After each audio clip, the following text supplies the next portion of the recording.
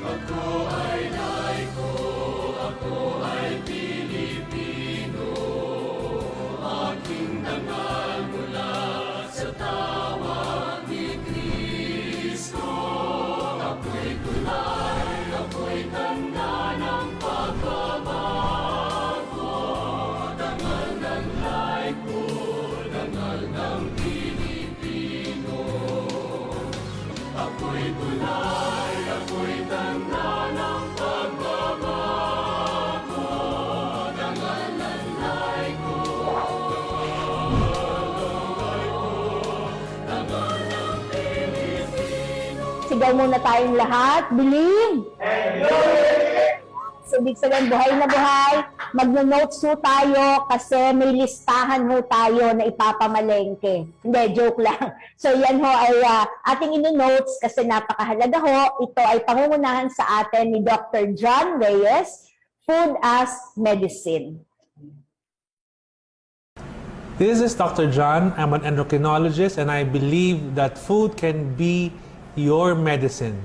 And the connection between the food and the brain is highly important for proper brain development and brain wellness. Now, our top 10 foods to improve your brain function. Number 1, fish. Our brain needs omega-3 fatty acids.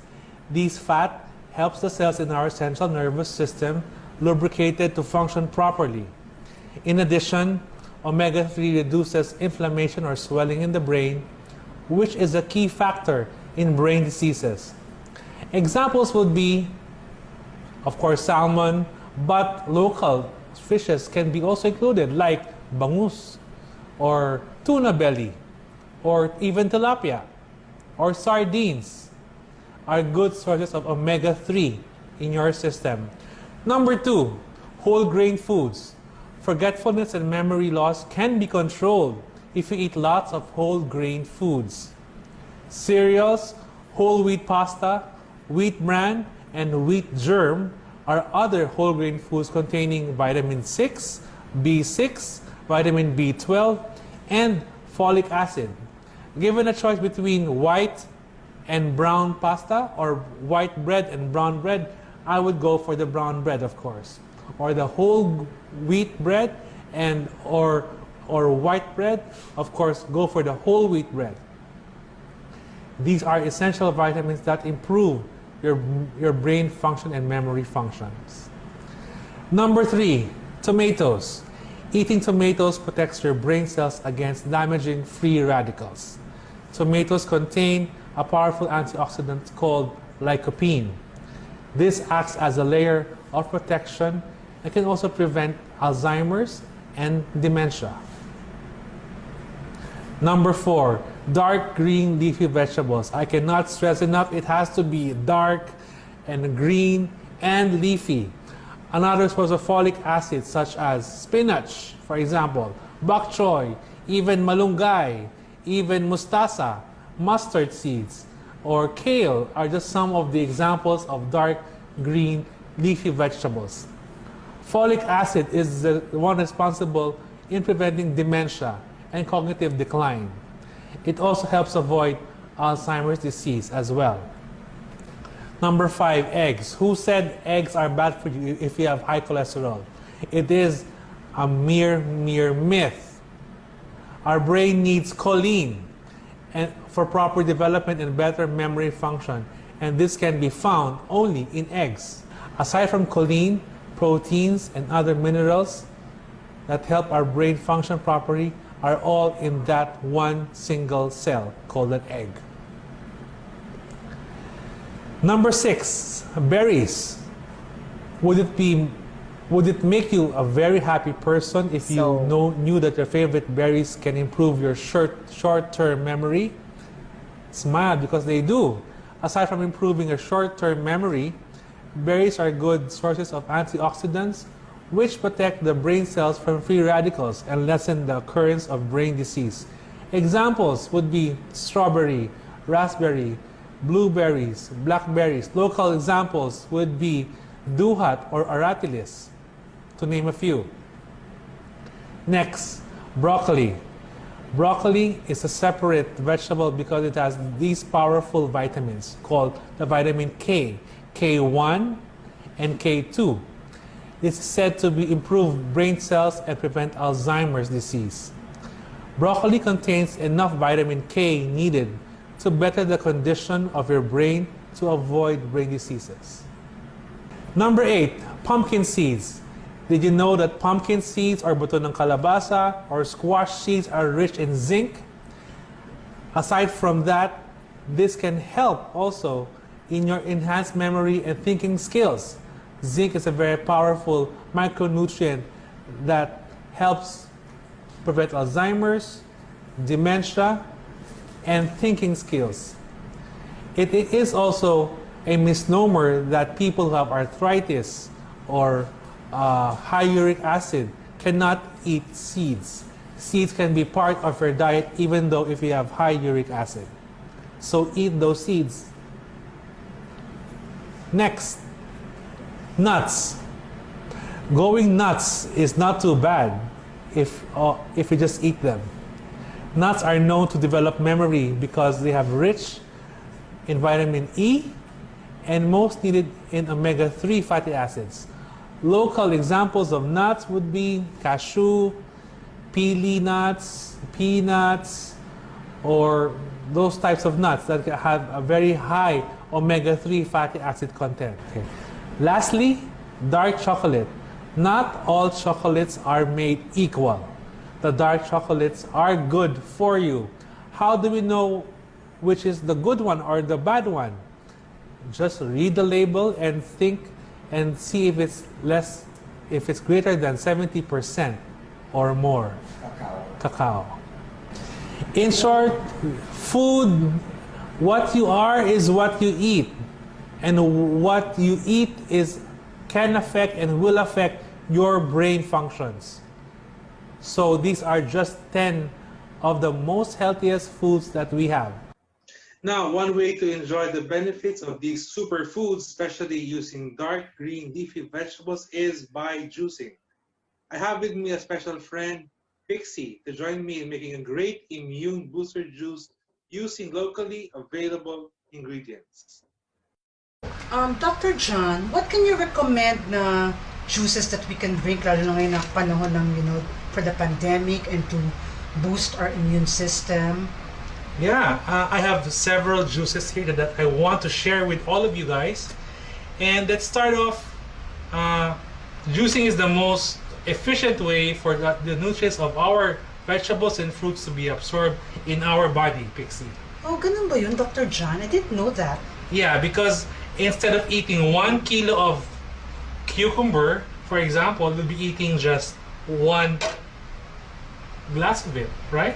Okay. Pati I think hindi ko din kaya kumain ng isang cucumber. So yes. I think it's better for me to juice it. Yes. So now we'll be juicing a very simple juice for your immunity.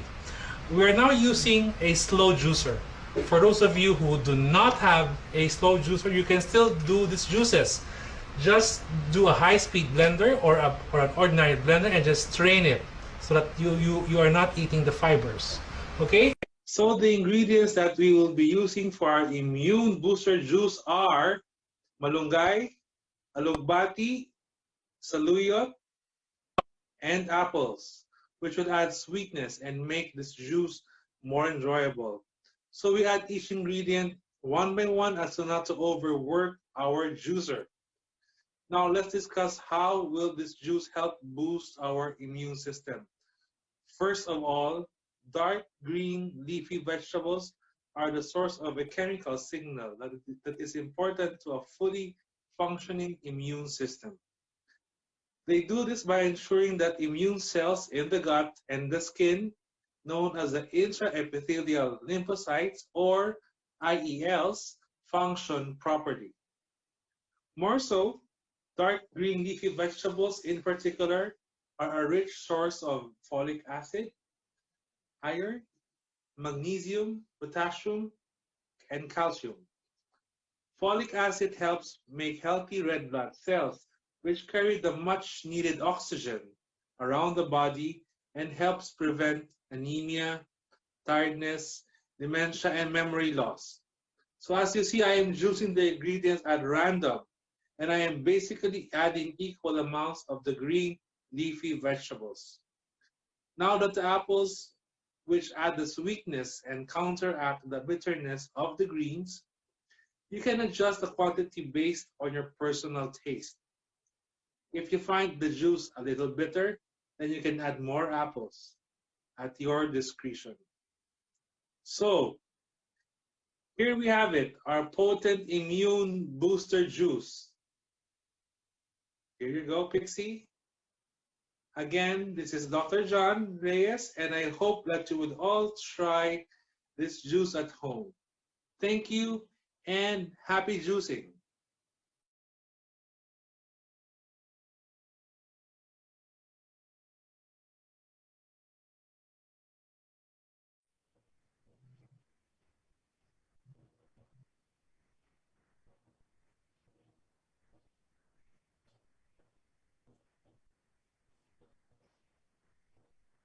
Believe. And you will live. Ayan. So sabi ko sa inyo, di ba, get a pen and paper kasi magno-notes talaga kayo. So para hindi kayo rewind ng rewind, replay ng replay, kasi I'm sure lahat yung 10 na yon kailangan natin sa nutrition natin kasi kailangan healthy ang brain natin at talagang alive na alive tayo. So yan ang dahilan kung bakit mission ng buhay. Lahat tayo is responsible for that mission of life at maraming salamat sa partnership natin with NGF Mind Strong. At syempre, let us all welcome Ms. Jean GOULBOURN.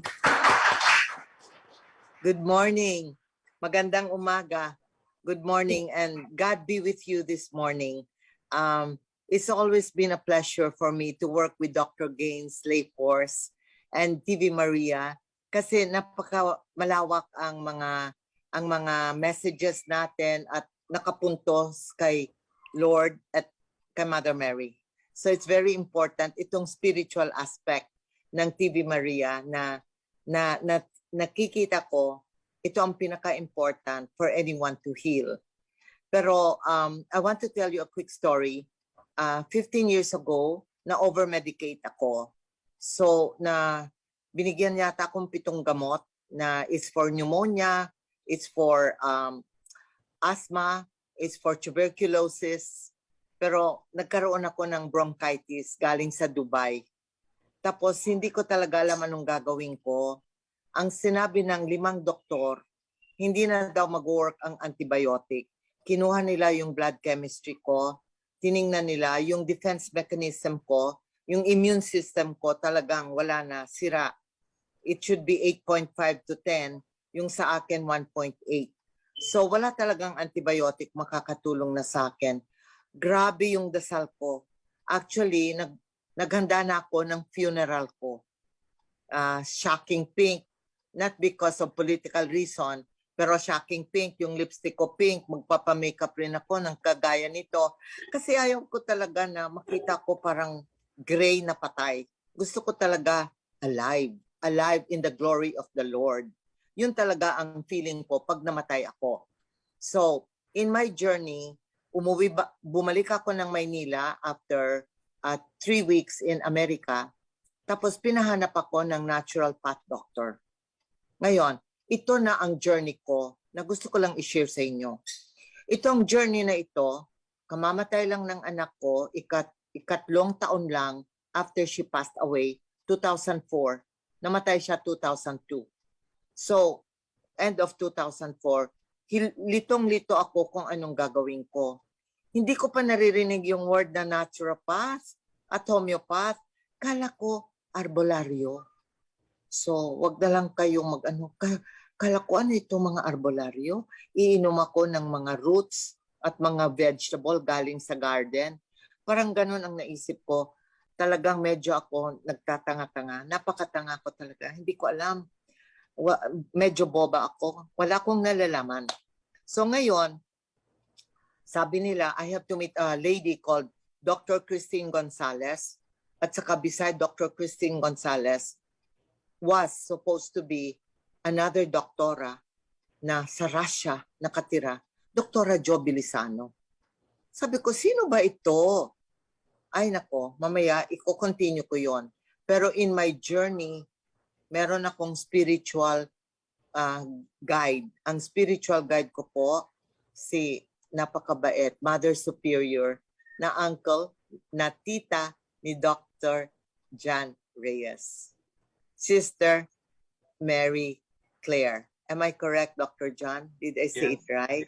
Yes. And then I saw Dr. John Reyes, namamawi siya. Nagtutulong 2,000 na mga poor na kumukuha ng parang ayuda. Pero kasi Pasko na yata yun or New Year's para during the holiday season. Tapos sino yan yung namamawis na ang cute-cute ng mukha. Sabi ko, gusto ko yung mukha niya, may ilaw. Kasi pag napili ni Papa Diyos magtutulong sa akin, alam ba ninyo na parang may spotlight? Hindi ko alam, I cannot explain to you, spotlight. Maski sa 2,000 na tao nakapila, may spotlight siya. I met Dr. John. Well, at that time, napagaling po ako by detox, physical.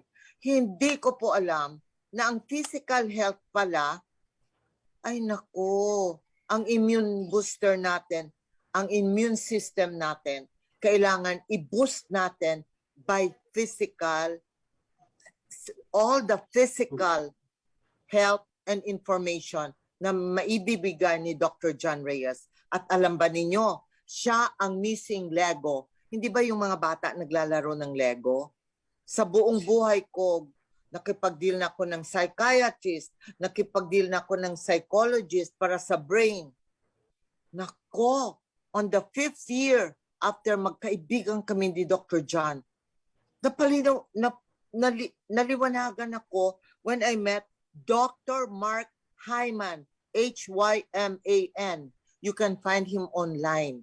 Meron siyang Broken Brain na libro. Broken Brain. Nasa internet siya, under TED Talks, Dr. Mark Hyman. Tinawagan ko si Dr. John. Dr. John, endocrinologist ka, hindi ba? Oo, Jean. Explain mo muna sa akin ano ba ang endocrinology. Again, journalism, fashion design. Kaya, hindi ko alam anong endocrinologist. In-explain niya, ay nako, Dr. John, ikaw pala ang missing link ko. Hindi niya maintindihan ako. Dr. John, hindi naman gagaling ang mga tao ng mental health pag hindi naayos ang physical. Dr. John, at ang galing mo magbasa ng blood chemistry, blood test, blood lab work. Sa lab work, magaling ka. Teka, sabihin mo ba, magaling ka ba talaga sa chemistry? Oh, napanliwanagan rin niya ako. Number 1 pala siya na chemist. Oh, ba't hindi ka nagtrabaho sa pharma? Palagi yan naghanap ng chemist. Napatawa siya. Pero Dr. John, para kang pare. Bakit? Gusto mo ba talaga magpare noon? Ay, medyo ganon yung talent niya. Magpapare sana ito. So I want to introduce you my best adopted family member. We've been friends already for 18 years. Dr. John Reyes. Thank you. Good morning. Good morning sa inyo. Thank you for having me here in TV Maria. This is my first time in TV Maria, and sana marami kayong natutunan sa ating video kanina, no? So that's only a snippet. So isa lang pong madaling recipe na kayang-kayang gawin ng lahat ng mga nanay, ng mga tatay, ng mga lolo natin sa bahay, no? Na yung quarantine, we're all cooped up in our own nests, no? So lahat tayo nasa mga bahay natin. And this is the time where our immunity system goes down. Kasi wala tayong activity. Wala tayong sunlight, for example, no? Very important, sunlight. And through our course of our healing or practicing medicine, we actually found out na meron talagang kaugnayan ang nutrition sa ating mental health. Because whatever you feed your mind, it all goes to the brain, and the brain also converts it to energy, no? To whatever we need for our body. So, mahalaga na kailangan nutritious ang ating kinakain, ang ating iniinom, no? So, few tips, no, sa ating mga tao diyan. Siguro kailangan mag-iwas-iwas tayo sa mga first sugary foods, no? Ang ating pagkain na 'yon sa ating panahon na 'yon ay napakadaming asukal, no? Sugar. It's one of our worst enemies, no? It's actually more addicting than cocaine, no? Sa mga drugs. Sugar is actually highly addictive, no? So kung napapansin niyo, no, sa mga tao, kung kayo ay nalulungkot, you tend to crave a lot of sweets, no? So yan ang kaugnayan niyan, because the brain has this chemical that secretes hormones that makes your body crave on more sweets, no? So may mga pagkain na tayo ay nalilink, no, sa ating mood, no? So kung depende sa ating mood, it links to our appetite, no? So kung tayo ay masayahin, meron tayong pagkain na parating kinakain. Kung tayo ay malungkot, meron tayong pagkain na parating kinakain. Kung tayo ay galit, meron tayong pagkain na hinahanap-hanap, no? So yun ang link ng mood to our foods.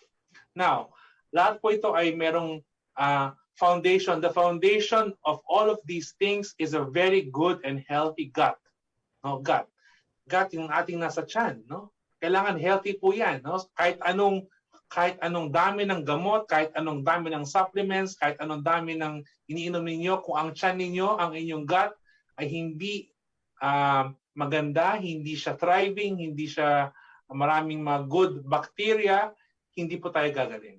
No? So and a very practical food to have, no, are, for example, nasa video po natin kanina, no, atsara, no, pickled fermented food, no, sa mga mahihilig kumain ng Korean dyan, no, kimchi. Kimchi is actually a very, very good probiotic, no.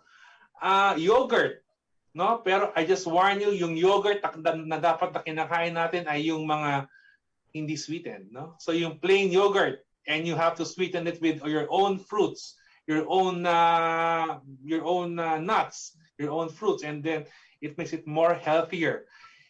For example, pagkain, no? So alam niyo ba yung pagkain na laswa? It's a soup. It's a soup with vegetables. Nako, yan ang pinaka-healthy natin gawin. It's very cheap. Ang lahat po ng ingredients na makukuha sa ating bakuran, and it's a very, very healthy. I will share you recipes of those kinds of foods na napakadali, napakamura, no? And for a simple juice, no, which I recommend to most of my patients, no, is turmeric, or yung luyang dilaw, no.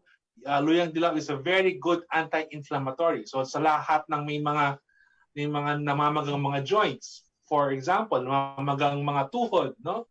So yung mga masakit ng tuhod, do the turmeric tea, no, infusion. How do you infuse it? I would not boil it, no? Bawal po yung i-boil ng matagal. Ang pong gawin po ninyo, you just clean the ginger, hiwain nyo ng mga siguro 3 or 4 slices to 1 cup, to 1 mug, and put freshly boiled water, yung kakakulong tubig lang.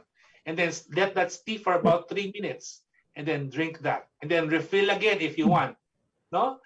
So yun ang ating mga very simple home remedies na hindi tayo kailangan ng gumastos ng marami, no, which we can find in our homes, in our local sari-sari store, no, lahat yan meron, no. So yun, kung meron kayong mga tanong, I will gladly answer that, no, Dr. Gates, no, para makapag-interact tayo sa ating audience. Dr. John, so yes, thank you very much, no, na nandito ka talaga at tinuturuan mo ang ating mga viewers, mga Katolikong Pinoy, at nung marinig pa lang nila yung topic mo, na-excite na sila. At karamihan sa mga pumasok na katanungan ay tungkol sa mga myth, sa mga misconceptions talaga na napakahalaga na nako-correct mo nga ang ilan sa kanila. So pag ika-cluster ko yung mga questions nila, So yung unang katanungan nila, so pagkatama po yung nutrition na pumapasok sa katawan, pagka sinimulan uli nila yung mga tinuturo mo ngayon, pwede na raw ba na i-let go nila yung mga supplemental vitamins nila? That's one. Number two, kakaiba ka raw na doktor. Kasi madalas sa doktor na napupuntahan nila, gamot, gamot, gamot, gamot. Pero ngayon, they truly appreciate that you are here as a doctor. Hindi ka nutritionist, hindi ka nagbebenta ng formula, but as a true-blooded doctor, ngayon sila nakarinig na ang pagkain ay malaking source na ng ikagagaling mismo ng kanilang mga katawan. So, can you comment, Father, at Father tuloy, Dr. Tama po. John? Tama po. Actually, ang po aking mantra is let food be your medicine, no? So ang pagkain ang gagaling sa inyo, no?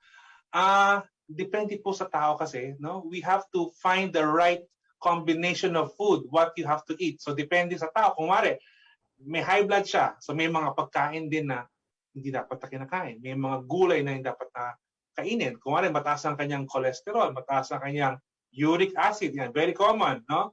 Uric acid, creatinine, no? Yan ang mga, or liver enzymes, no? Yung mga SGPT, kung naalala niyo yung mga lab tests, yung mga SGPT, SGOT, yan po ay mga markers, no, ng ating katawan para malaman kung ano yung ating kulang o ano yung ating sobra, no? Hindi po talaga mabuti sa ating katawan kung meron tayong mga sobrang minerals, no? So sa vitamins and the vitamins na ating iniinom, dapat po we are also very careful. No? Hindi porket ay sabi ni Kumari, okay to so iinom din ako, no? So hindi pwedeng ganoon, no? Hindi pwedeng kung ano yung sa ibang tao ay tama rin para sa iyo. So always consult someone na marunong mag-analyze ng mga vitamins and minerals. Actually po, marami pong mga sakit na ang pong dahilan ay kulang sa vitamins, kulang sa minerals. For example, magnesium or zinc, no? Yan, yung mga hindi mga common na mga minerals, or molybdenum or vitamin C. Actually, may mga kulang sa vitamin C, mayroon din mga sobra sa vitamin C.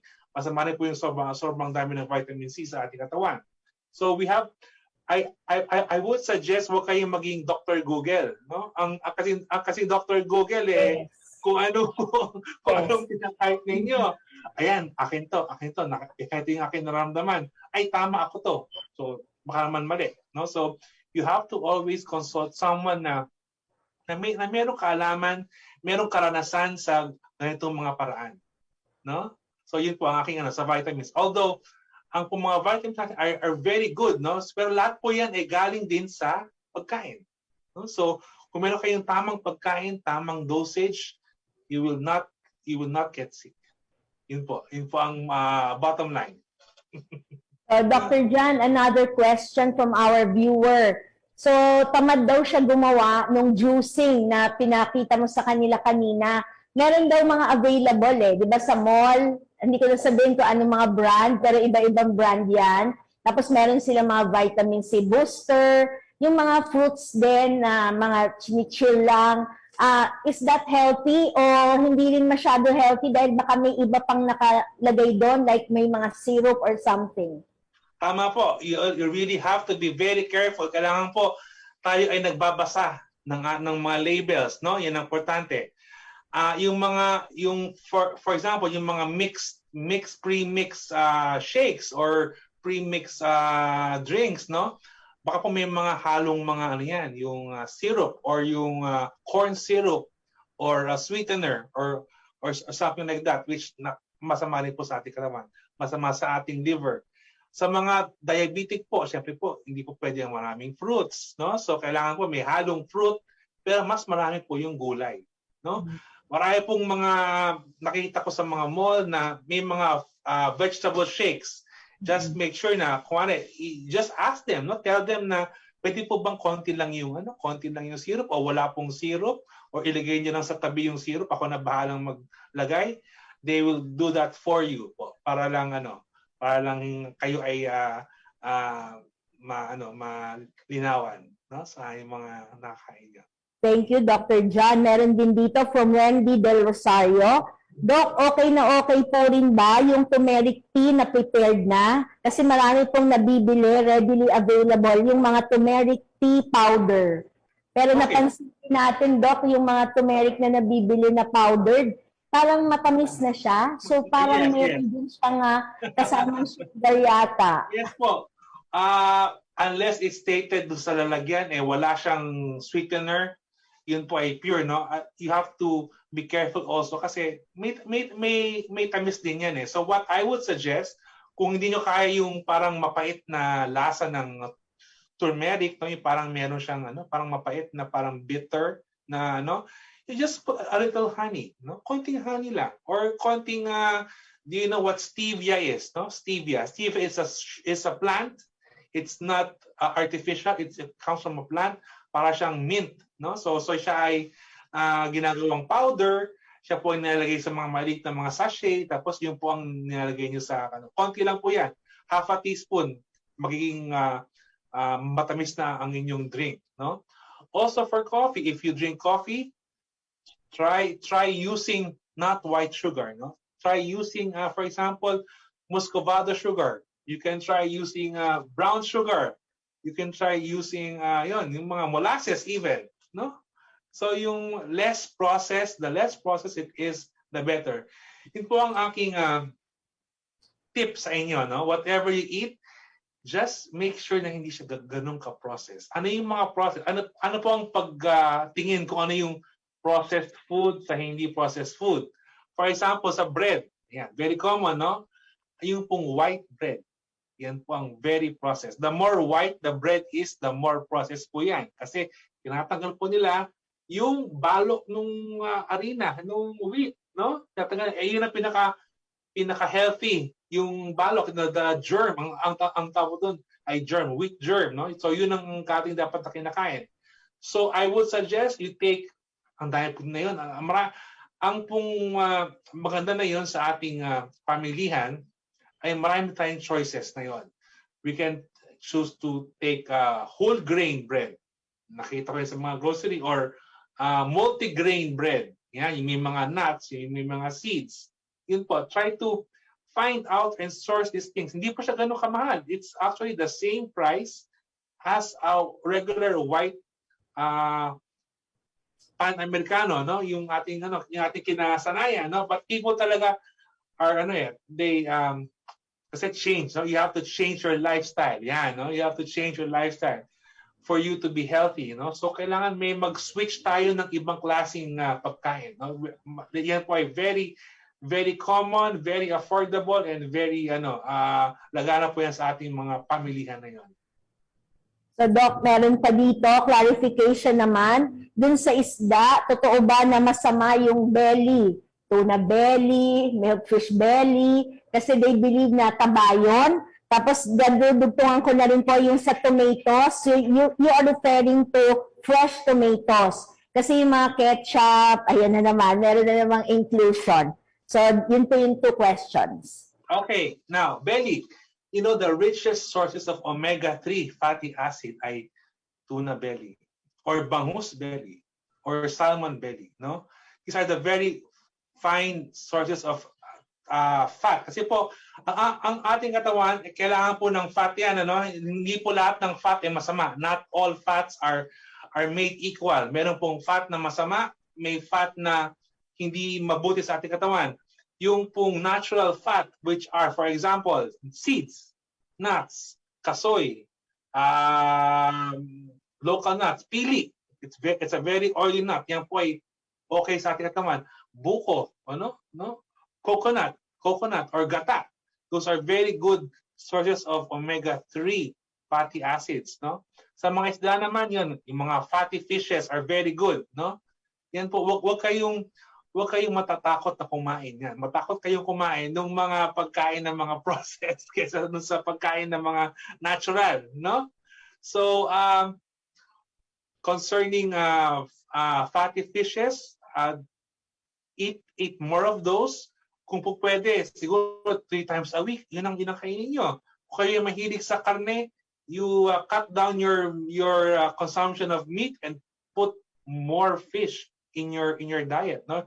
You will see the change within siguro I guess 2 or 3 weeks makikita niyo yung change ng inyong body if you eat more fish than meat or beef. Yun po. So, yung sa tomatoes, Doc, sa The tomatoes. Yes. Actually, tomatoes are very good, no? Yung kamatis na fresh tomatoes. Pero pagka po naging tomato ketchup, tomato sauce, yan po ay very, very, you know po, 1 cup of tomato ketchup is 12 teaspoons of sugar. No, ganun po kadaming asukal yun, no? So it's very actually it's actually highly addictive, no? Kahit po ako minsan syempre masarap may sawsawan ka na ketchup, no? What I would suggest is just get yung sa mga restaurants yung may leak na sachet. Pagkatapos noon, tama na. Kasi pag nasa bote, no, we tend to put sa ating mga pagkain, sa ating plato, marami. So just 1 sachet of that, yun na. Tapos okay na. Para yung ating craving lang masatisfy, no? Actually po lahat po ito ay affects the brain. The brain has signals in our body what to eat, no? Kung tayo ay depressed, for example, no? We tend to crave sweet things. Actually po. Kaya yung mga cakes, yung mga mamon, yung mga ensimada, no, yan po, we try to gravitate on those things, no? Pagka po we are angry, we try to gravitate on the hard things, yung mga nuts, yung mga chichirya. Yan po. Yan ang ating mga inaabot. No? Yun, unconsciously yun po ang nangyayari sa ating brain because the brain has a way of telling us what to eat and what not to eat. No? So yun po. So I think ang pong bottom line is you have to really take care of your mental health. Yun po ang aming we always stress in our foundation po, always take care of your mental health. You have to be mentally healthy, spiritually healthy, and physically healthy as well. Lahat very, very important. So Doc, meron silang gustong i-clarify kasi sinabi mo na huwag maniwala na masyadong problematic sang itlog. Kasi di ba, yun yung ingat na ingat yung tao na halos ayaw nang kumain na itlog pagka mataas ang kanilang presyon. So, pwede rin ba everyday, pero isa lang itlog? Actually po, kahit po 2 a day for a person, regardless of age, no? Kahit po senior na, 65, 70 years old, or bata pa, you can have 1 or 2 egg dishes a day, no? Ang po lang nating iiwasan is yung mag-fry tayo ng egg using, syempre, a not so good oil. No? For example, if I use vegetable oil, for example, no? Masama po yun eh. So nakaka-block po yun ng mga arteries natin, no? So which is not good. So yun po, iwasan na lang natin yun. But for example, hard-boiled egg or scrambled egg or a poached egg, no? Yun po. Very easy to do. Ilagay nyo na sa tubig na mainit and then eat that as a morning breakfast. Actually, pwede po yun. For your breakfast, just an egg and some fruit. That's it. So, Doc, meron tayong question from a senior citizen. Bakit po ang apple nakaka-constipate? Ang po kasing apple ay marami pong yan, marami po yung mga fiber, no? Yung fiber ng apple is different from the fiber na kailangan natin para move ng ating mga bowels in the morning. Very dense kasi po ang mga fibers ng apple. So we tend not to have that. Nor banana. No? So banana rin po. Hindi rin po pwede tayo mag-banana. I would suggest the fibers that are very loose. For example, papaya. O kayo nagpapaya, madali kayong makakapunta ng comfort room. No? So yan po. Yan po mga ganun. Yung highly fiber, for example, patola. Yan. Very high in fiber po yan. Yan po ay, kinain niya ng patola, lalabas po yan, patola din. Fiber. Yung fiber na lalabas po yan, at hindi po yan kasi that is a fiber that is not digestible. That's why. No? Yun po. Yung kasi fiber ng apple, it will be digested and it compacts our stool. Nakakaaliw, Doc, no? So, kala ko lalabas siya yung patola lupa na. Ang pag-beauty. Anyway, ito naman po, question ng isang mother. Talaga ba na before sleeping, wag nang pakainin ng chocolate ang kanyang mga anak dahil naha-hyper? Yes, kasi po, why? Because the chocolate that you are feeding your child is probably the milk chocolate or the white chocolate, yung marami siyang asukal, no? If you want to feed your kids chocolate, why not try them to get used to yung tableya? The local one, yung niluluto, no? Try finding tableya or an unsweetened cocoa. Pwede po yun, unsweetened. Yung pong sugar ang nagpapa-hyper sa ating mga bata kasi they are very small. So yung kanyang processing is, and you give them maraming masyadong sugar, so yung kanyang process hindi niya kaya. So it has to be expended out as energy. Yun po ang nangyayari niyan. So ang pong aking tip, if you cannot eliminate the chocolate in the evening, give them a hot cocoa na gawa sa tableya. You put a little milk and then a little honey or a little brown sugar or muscovado sugar. Perfect. Masarap po yun. Thank you, Doc. Ito naman, question po nila, aling oil po ba talaga ang healthy? Kasi sa grocery, ang dami-dami na nagkiklaim na yun yung healthy kind of oil. Tama po yan. Studies have shown way back in the 1980s, no po, na ang canola is not healthy for us. We are only brainwashed, no, by companies in the US na okay yung canola because yun ang kanilang product, no? Actually po, ang ating healthiest oil will be our very own coconut oil. No? Akala ng tao, ay, naku, nakakaano yan ng arteries, nakaka-block ng arteries. Pero po, it is the reverse. The coconut oil, it's a good kind of oil, no?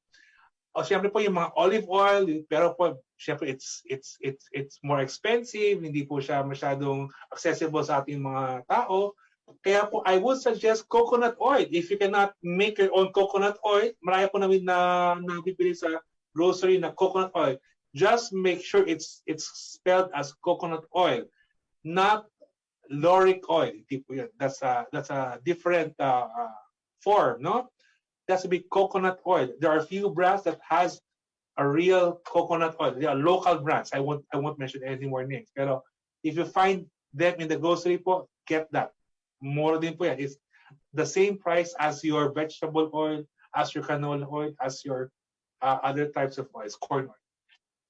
So, eye-opener yan, Dr. John, ano? Readily available yung coconut oil, pero hindi talaga ginagamit kasi mali yung pagkakaturo, no? Sa mindset. So, ito po, pinagsama-sama ko yung maraming questions regarding yung pong ginagawang pill. Kunyari, malunggay pill, turmeric pill, parang lahat naka-form na into pill.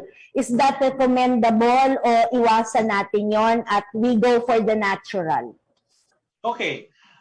Pagka po nagiging pill form, the potency goes down also compared to the fresh, no?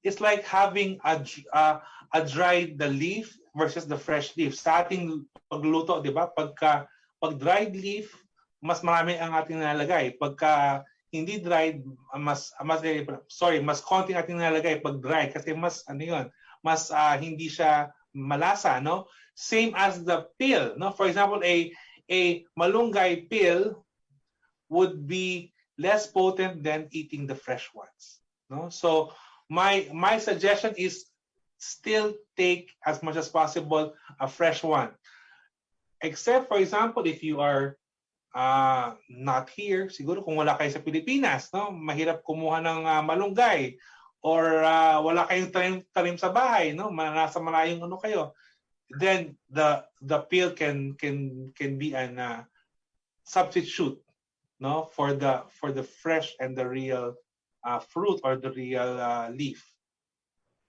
So, Doc, parang same principle na dun sa question ng ating viewer kasi yung peanut butter. So, yun daw yung sustenance niya kumakain siya, palaman nila, peanut butter, pero as you are explaining now, hindi rin lahat ng peanut butter will be healthy to the body because of the, ayan na naman, the sugar added. Pero po, I have found sa mga local na mga lugar, no, they have cashew butter.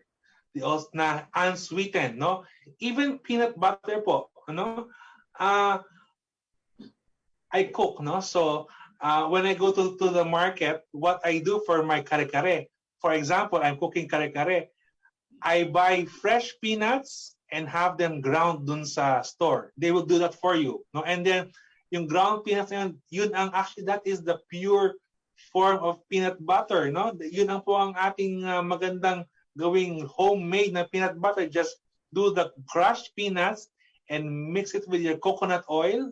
Yun po ay ano na, and that's unsweetened. So natural yung kanyang tamis. That is better for you than buying the sweetened peanut butter, no, which is not also too good for you.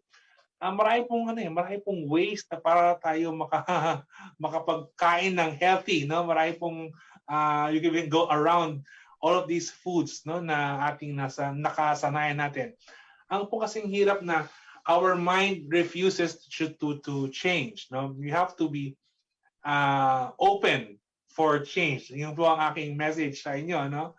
So after this episode, sana we have an open mind to change for what will be healthier for us in our lives in the future.